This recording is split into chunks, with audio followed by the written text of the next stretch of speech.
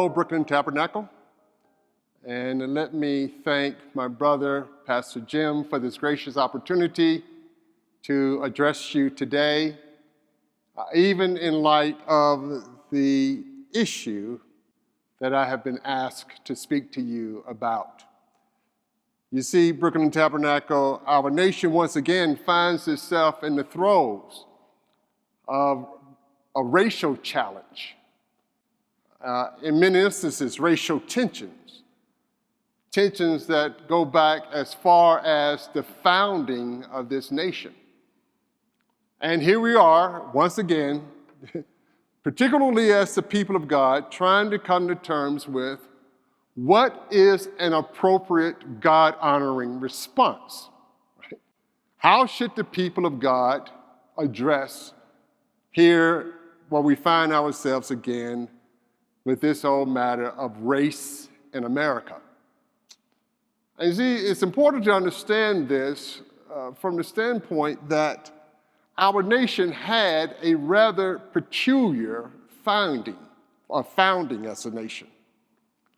And unless we understand that history, unless we understand what has gone into the DNA of what this nation is and who Americans are, we're going to just continue to find ourselves here again and again and again.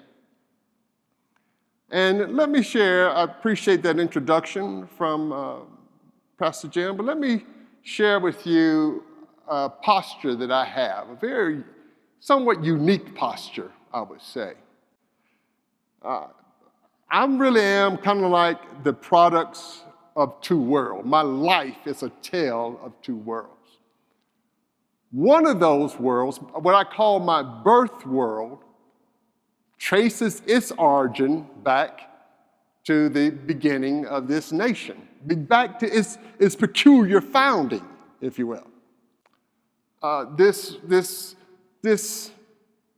kind of like the ambiguity between what the founding fathers stood for and what they practiced. We could, for example, see it in the life of Thomas Jefferson, who was the first one to pen the draft of the Declaration of Independence. This where we said we were going to divorce ourselves from our host country and stand as a nation, which was a colony then, but we're going to now stand as a nation on our own independence. And in penning that document, Thomas Jefferson talks about truths, certain truths that we hold that are self-evident. And those truths being that all men are created equal and that they are endowed by their Creator with certain inalienable rights, among them being life, liberty, and the pursuit of happiness. But the peculiarity in this is that while Thomas Jefferson was penning those words, he held 600 individuals in human bondage. The same was true of our first president, George Washington, who led the nation in fighting for that independence, who led the nation in fighting for that. But George Washington, on his Mount Vernon plantation, where there were 340 individuals held in human bondage, 123 of those individuals were George Washington's personal property. This was true of many of the signers of that declaration. It was also true of many of the men who drafted the Constitution of this nation. It was peculiar in that they practiced, endorsed, and even benefited from human trafficking and human bondage while establishing a nation that we would go on to describe as the land of the free, the home of the brave. Peculiar. The men who came here to escape tyranny,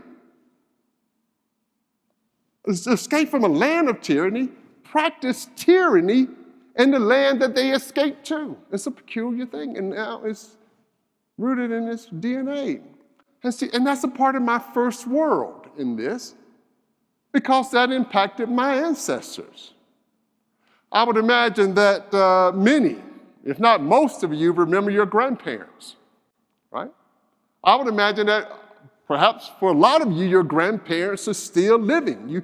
You have a deep familiarity with your grandparents.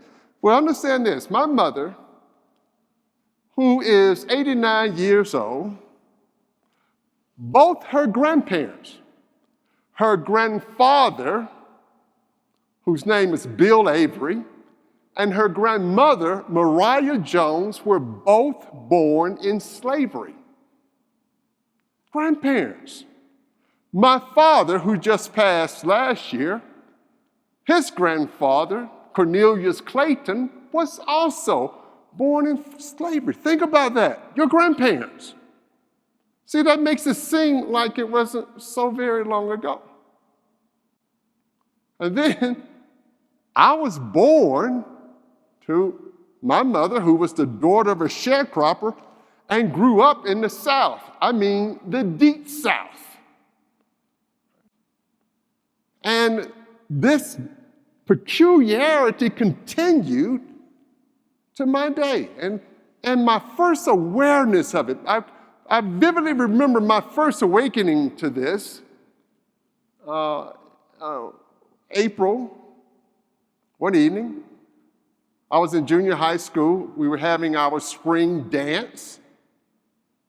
And one of the teachers, the chaperones at the event, interrupted the music, came onto the loudspeaker to announce that Dr. Martin Luther King Jr. had just been assassinated in Memphis, Tennessee. I remember so vividly. It gripped me. I ran all the way home from that event, got in front of the TV to watch Walter Cronkite. And you might have to Google him, but he was the top anchor at that time, to watch him reporting on what had happened that evening. I don't know, it was kind of one of those defining moments for me. I still recall it vividly. And then it was driven home to me even further a year later when we moved to Jackson, Mississippi. We left Alabama and moved to Jackson, Mississippi. I call that leaving the frying pan of Alabama into the fire of Mississippi. I was ill, and my mother set up a doctor's appointment for me. Now, I don't know how she found the doctor that we went to. I mean, we were new to the city, and she took me to the doctor. And we walked into the waiting room, and you know how when you walk into a waiting room, people just naturally look up at you and then kind of go about doing what they were doing. Well, this time, people looked up and they kept looking at us. It was kind of an eerie sense. Why are these people looking at us like this? My mother walks up to the desk, the reception desk, to sign in.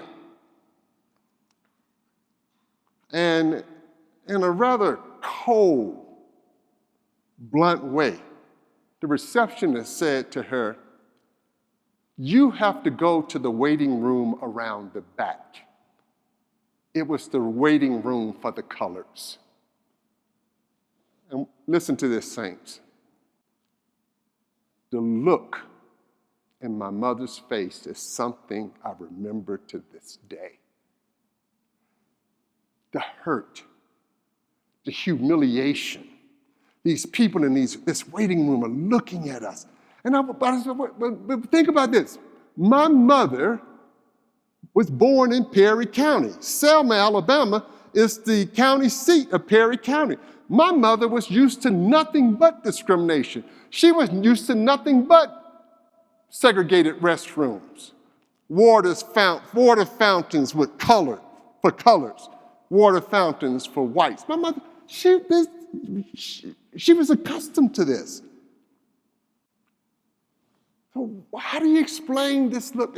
But it was as though she said this time to this receptionist, please, not in front of my baby.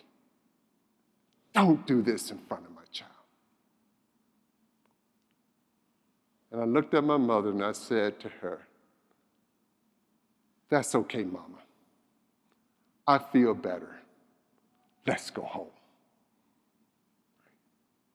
Then maybe 2 years later, when we moved to Birmingham, Alabama, that a member, now my next world is introduced to me.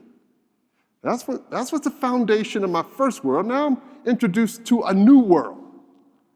A member of a large white conservative church led me to faith in Christ when I was a junior in high school. This church had only a few, 1 or 2 years ago, had voted to allow blacks to start attending the church. And minister of that church, one of the associate ministers, kind of took me under his wing and nurtured me in my faith for 2 years. And as I was getting ready to go off to college, they encouraged me to enroll in Bible college. And that they would help me to support me because they really felt like God was leading me into ministry. I enrolled in Columbia Bible College, which is now Columbia International University in South Carolina. When I enrolled, I was the only African-American male living on campus. It is where I met my wife, Cynthia, and that was, she was the first African-American female to graduate from that school with a 4-year degree. We got married, and that was 43 years ago today, so I'm gonna kind of rush this along because I got some important things to do here.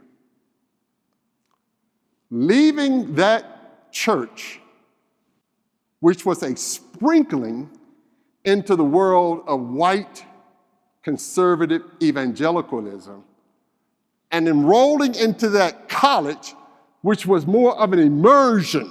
I mean, this was a baptism. This was like being dunked and held under the water. Now I was living with, for the first time in my life, because I didn't have a white student. I didn't go to school with a white student until I was well into high school. I never had a white teacher until I was in high school. And so now I'm getting really solid footing in this world because now I'm living with, I'm eating with, I'm playing sports with these brothers and sisters in this whole world of white conservative evangelicalism. But wait a minute, my first world wasn't suspended while I engaged in this world. Because in my first year there, I received a phone call from my mother. It was a very fateful phone call one evening. I was asleep. I was awakened by the RA. Back then, the one telephone in the building was at the end of the hallway. And so the RA woke me up to go receive this phone call. It was my mother on the other end of it telling me that my brother, my older brother, the brother that I was closest to in my life, the brother who partially helped raise me, had been killed. He was a victim of a drive-by shooting. It would be several months before the police found out who had done it. It was 2 guys. It was 2 white guys.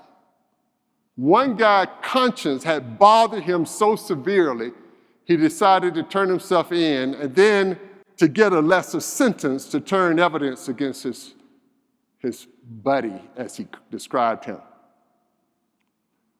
Go with me into the courtroom and watch this guy as he's sitting on the witness stand. The prosecutor asked him, calls him by name, describe to us what happened on the evening that my brother was killed. He put it like this. He said, me and my buddy were drinking. And then his buddy said, hey, let's go kill a. So they drove around, drove into my neighborhood. My brother was just arriving home for the evening. They called him over to the car. The assumption was he was going because he thought they were lost and they needed directions because they were in the wrong neighborhood. Shot him 2 times and left him to die on the street.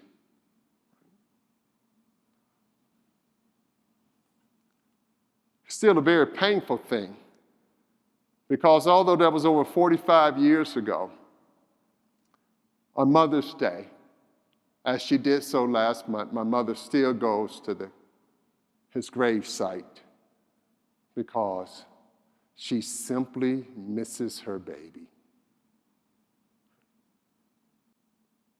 When I graduated from Columbia Bible College, I was hired by the church, the same church, to head up their outreach ministry.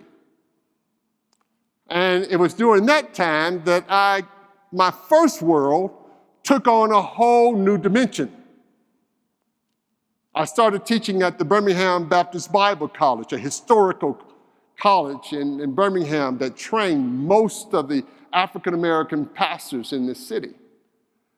It was there I met and developed a relationship with Dr. Jim Crutcher, who became a very close friend, a personal counselor. Dr. Crutcher was the pastor of the 16th Street Baptist Church, the Baptist church that was bombed in September of 1963, killing 4 little girls as they were waiting for Sunday school to start. The sister of one of those little girls attended a Bible study I taught. It was in that setting that I also had the opportunity to attend church under the leadership of Reverend Samuel L. Pettigrew, who started the Southern Christian Leadership Conference in the state of Alabama, headed it up. The SLC, which was Dr. King's organization, operated in the South because the South had forbade the NAACP to have chapters there. I got to meet and develop a friendship with Reverend John Porter, who was the pastor of the 6th Avenue Baptist Church. The 6th Avenue Baptist Church was one of 3 churches in Birmingham where the civil rights movement had its staging operations for protests in the city. My last pastor was Reverend Thomas Gilmore, who followed Dr. King's brother, A.D. King, as the pastor of First Baptist Church of Inslee. Thomas Gilmore was so noted that a movie was produced on his life starring Lou Gossett Jr. But the highlight of my life was when Reverend N.H. Smith, the pastor of New Pilgrim Baptist Church, another one of these churches that was a staging place for the movement, invited me to a trip with him to Atlanta, Georgia, to an event, a banquet honoring Coretta Scott King. It was the first opportunity I had to meet Mrs. King. And at that event, we sat at the table with Andrew Young. Andrew Young was the closest friend of Dr. King. And so I was sitting, it was a reunion. These old friends would come together, and I'm sitting there, and for a whole evening, an entire evening, I had a second row seat to history as I listened at these 2 ministers exchange stories about the movement, talking about how when they went to jail, talking about life with Dr. King, talking about the marches, telling stories. Some of them, they shared jokingly stuff that would never make the history books. But here I'm, and so finally, here I am, a young guy, all new to this, I finally get up the nerve to ask them, why did you do it? Why were you willing to do those things? To which Reverend Young responded, he said, well, you got to understand this. We were ordinary ministers. Nobody woke up one day saying, we want to go start a movement. Nobody wanted to go to jail. No one wanted to have their families threatened with bombings. He said, nobody wanted that. We were ministers who had been called by God to preach the gospel. And that gospel demanded, as in the words that Dr. King often cited, that gospel demanded, from the book of Amos, that we allow justice to roll down like a river and righteousness like a mighty stream. And then Dr. Young said this. I'll never forget it. He said, we were reluctant leaders. We didn't pick the times chose us. We were compelled to do so by the call of God upon our lives. That ride home from Atlanta to Birmingham that evening, that whole experience left a heightened call upon my life to address these matters of injustices, etc. But now, watch this, saints. Now I'm firmly established in two worlds. I'm firmly in this world of white conservative Christianity, white conservative evangelicalism, and I'm firmly established in the world of the black ministerial experience. I mean, my feet are both. And this is how the two worlds intersected. This is how the two worlds viewed each other. When I would be with the white conservative evangelical, they would say things like, Dr. King wasn't a Christian. Dr. King was a communist. Black pastors don't preach are not in the Word. They preach a social gospel. Right? Then I would go over here with the black ministers, and they would say things like, those white pastors aren't Christians. They are not Christian. They are racist. They would say things like, they preach an ethereal gospel because it's not the gospel of Jesus Christ, because it doesn't lend itself to addressing the plight of the poor and the oppressed. I would go back over on this side, this world, in the staff meetings and the retreats, and they would say things like, I don't see how a person, I'm quoting, I don't see how a person could be a Christian and not be a Republican. Then I would go back over to this world, and they would say, I don't see how those Republicans can call themselves Christian.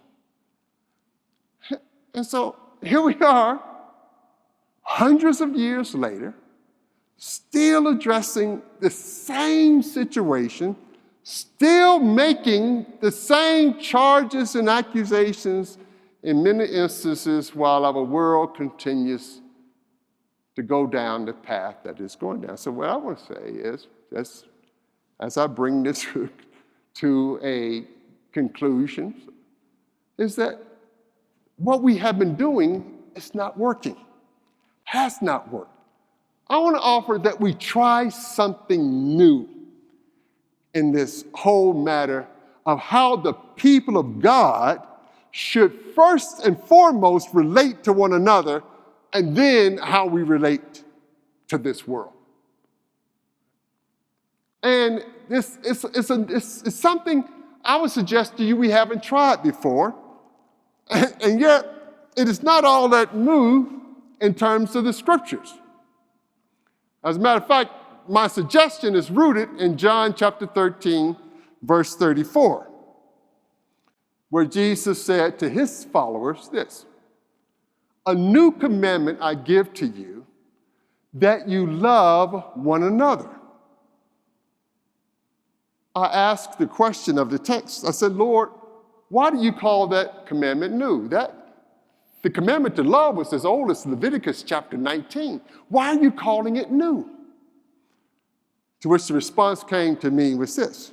Number one, something is new to you if you haven't done it before, if you haven't tried it before. And let me suggest to you, the Lord said, my people haven't done this before, because Jesus was giving these instructions in the midst of the people who were the most religious folk of the day, but that the people of God did not know how to love because they had never seen love in action. And so then Jesus said, and that's the second thing, this new commandment I'm giving to you, that you love one another, and here is the qualifier. That you love as I have loved you.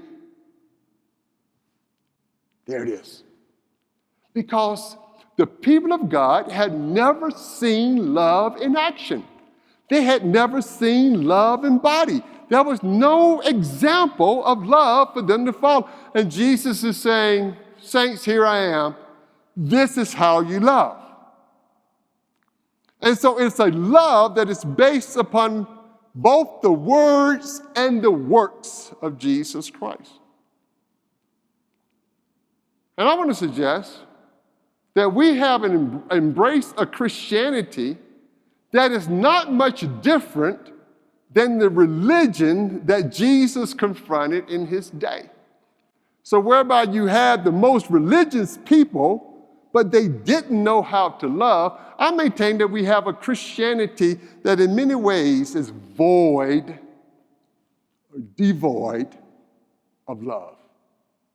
You see, because you can embrace a Christianity that we say, for example, well, as I've heard it, well, Bernard, be honest now, the Bible never condemns slavery, right?